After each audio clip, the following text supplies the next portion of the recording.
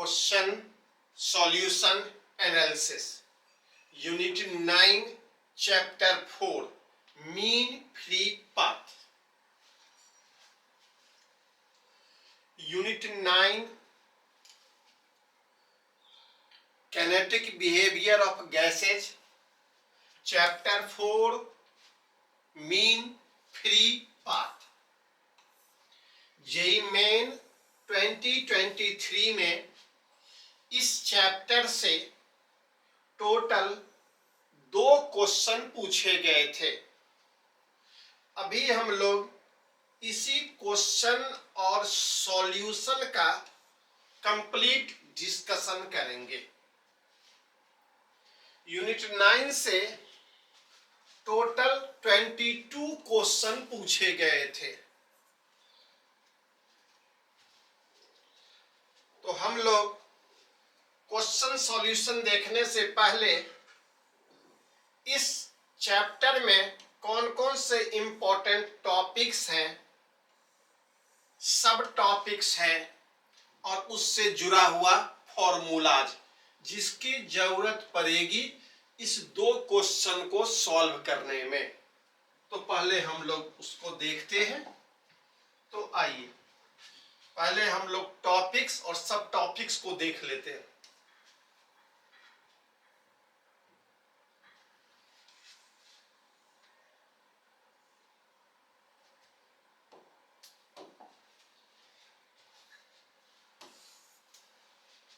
Unit 9 chapter 4 mean free path और topic 1, topic 2, topic 3 3 important topics हैं mean free path में। पहला topic है मीन फ्री पाथ। ये लेंथ हम लोग देखते हैं। कोलिजन फ्रीक्वेंसी इसमें हम लोग देखते हैं और मीन फ्री टाइम इसमें हम लोग टाइम देखते हैं। और टोटल 2 क्वेश्चन पूछा गया है। तो एक क्वेश्चन है मीन फ्री पाथ से लेम्डा और कोलिजन फ्रीक्वेंसी से एक क्वेश्चन। तो यही 2 क्वेश्चन है। देखिए गैस मॉलिक्यूल रैंडम मोशन में रहता है और उसके दरमियान वो एक दूसरे से टक्कर करते रहता है। तो अगर गैस मॉलिक्यूल 2 टक्कर के बीच में बहुत सारे गैस मॉलिक्यूल्स हैं, 2 टक्कर के बीच में अगर ये इससे टकराया तो 2 टक्कर के बीच में जो एवरेज दूरी होता है इसे ही हम लोग मीन फ्री पाथ कहते हैं। और पर सेकेंड जितना कोलिजन 2 कोलिजन के बीच की एवरेज दूरी को मीन फ्री पाथ, 2 कोलिजन के फ्रीक्वेंसी को मतलब एवरेज पर सेकेंड कितना कोलिजन्स हो रहा है, नंबर ऑफ कोलिजन्स पर सेकेंड वो फ्रीक्वेंसी हुआ। और कितने समय के बाद होता है, कोलिजन में एवरेज कितना समय लगता है, उसे हम लोग मीन फ्री टाइम कहते हैं। तो इस प्रकार से हम लोग ये 3 फार्मूला का यहाँ पे यूज करते हैं।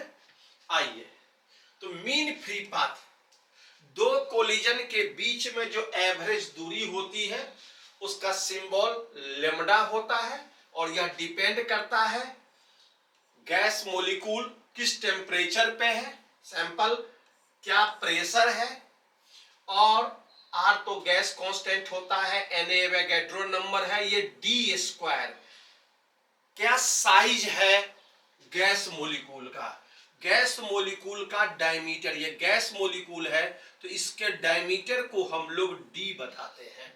तो डायमीटर पे डिपेंड करता है। तो यहाँ पे हम लोग गौर करें टेम्परेचर, प्रेशर और डायमीटर, ये 3 चीज पे डिपेंड कर जाता है मीन फ्री पाथ। फ्रीक्वेंसी की बात करेंगे तो यहाँ देखिए डायमीटर पर तो डिपेंड करता ही है, प्लस एन पे भी डिपेंड करता है, number of molecules per unit volume कितना होता है, और एवरेज स्पीड पे डिपेंड करता है, और मीन फ्री टाइम जो है वो 1 by फ्रीक्वेंसी होता है।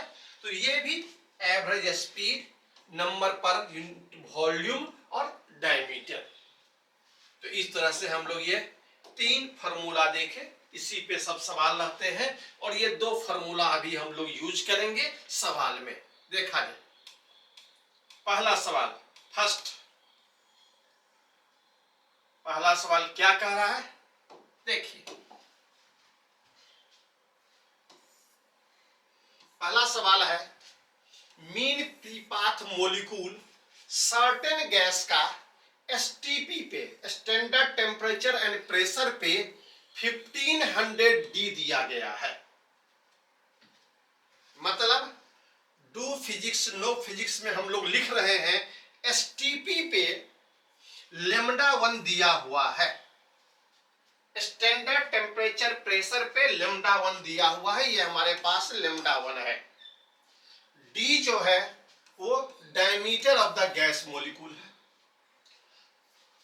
जब उसके प्रेशर को कांस्टेंट रखा जाता है, मेंटेन किया जाता है, पी कांस्टेंट रखा गया, तो मीन फ्री पाथ मॉलिक्यूल का क्या हो जाएगा 373 केपे। मतलब जब 373 के टेम्परेचर हो जाए प्रेशर कांस्टेंट रखने पर, तो λ2 क्या होगा, यही क्वेश्चन है। स्टैंडर्ड टेम्परेचर प्रेशर पे λ1 दिया हुआ है, 373 के पे λ2 क्या होगा, यही क्वेश्चन। आइए हम लोग आगे बढ़ते हैं, देखते हैं कैसे सॉल्यूशन तैयार हुआ है।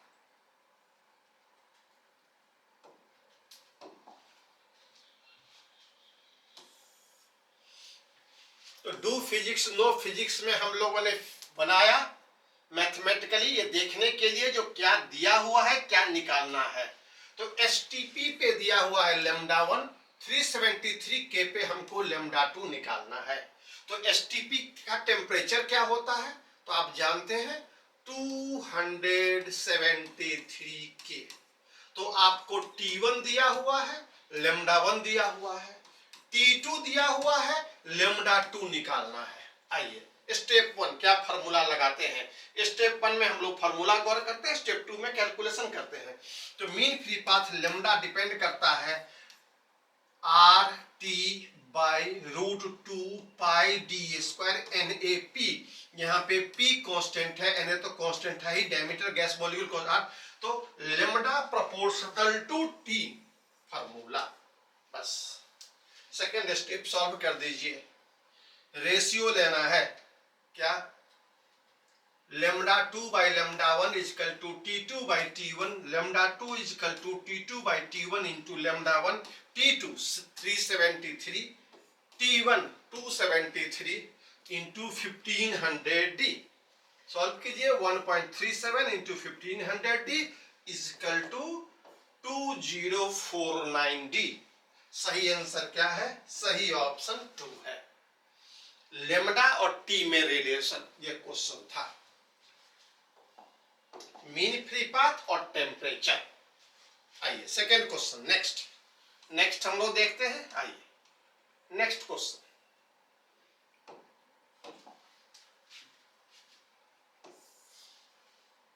सेकेंड क्वेश्चन है नंबर ऑफ एयर मॉलिक्यूल पर cm क्यूब इंक्रीज कर जाता है 3 इंटू 10 पावर 18 से 12 into 10 power 19।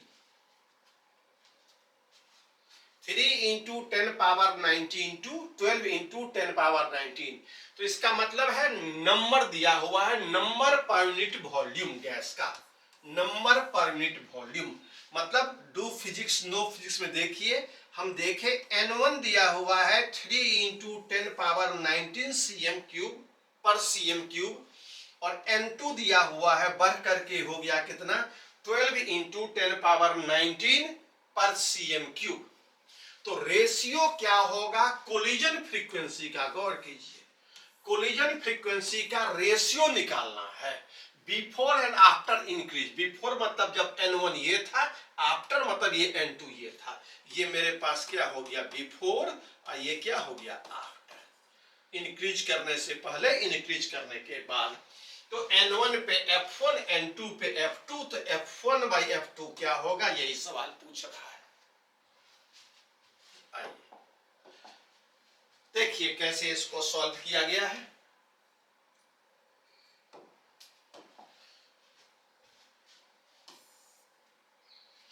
Do physics no physics में हम लोग गौर किए, N1 दिया हुआ है बढ़ के N2 हो गया। N1 पे अगर F1 है, N2 पे अगर F2 है, कोलिजन फ्रीक्वेंसी, तो दोनों का रेशियो क्या होगा। स्टेप 1 देखिए कौन सा फार्मूला यूज करेंगे। तो कोलिजन फ्रीक्वेंसी F बराबर क्या होता है, √2n पाई डी स्क्वायर भी एवरेज। तो यहाँ पे n पर डिपेंड कर गया, तो हम कह सकते हैं F प्रोपोर्शनल टू क्या होता है, n। रेशियो निकाल दिए सेकंड स्टेप में, F1 by F2 N1 by N2। N1 कितना है, 3 into 10 power 19 by 12 into 10 power 19, 1 by 4, 0.25 answer आ गया। तो इस सवाल में फ्रीक्वेंसी और नंबर में रिलेशन जानना था, और उसमें हम लोगों को वेवलेंथ और टेम्परेचर पे। तो इस प्रकार से हम लोग क्या किए, ये दो सवाल जो इस चैप्टर पे यूनिट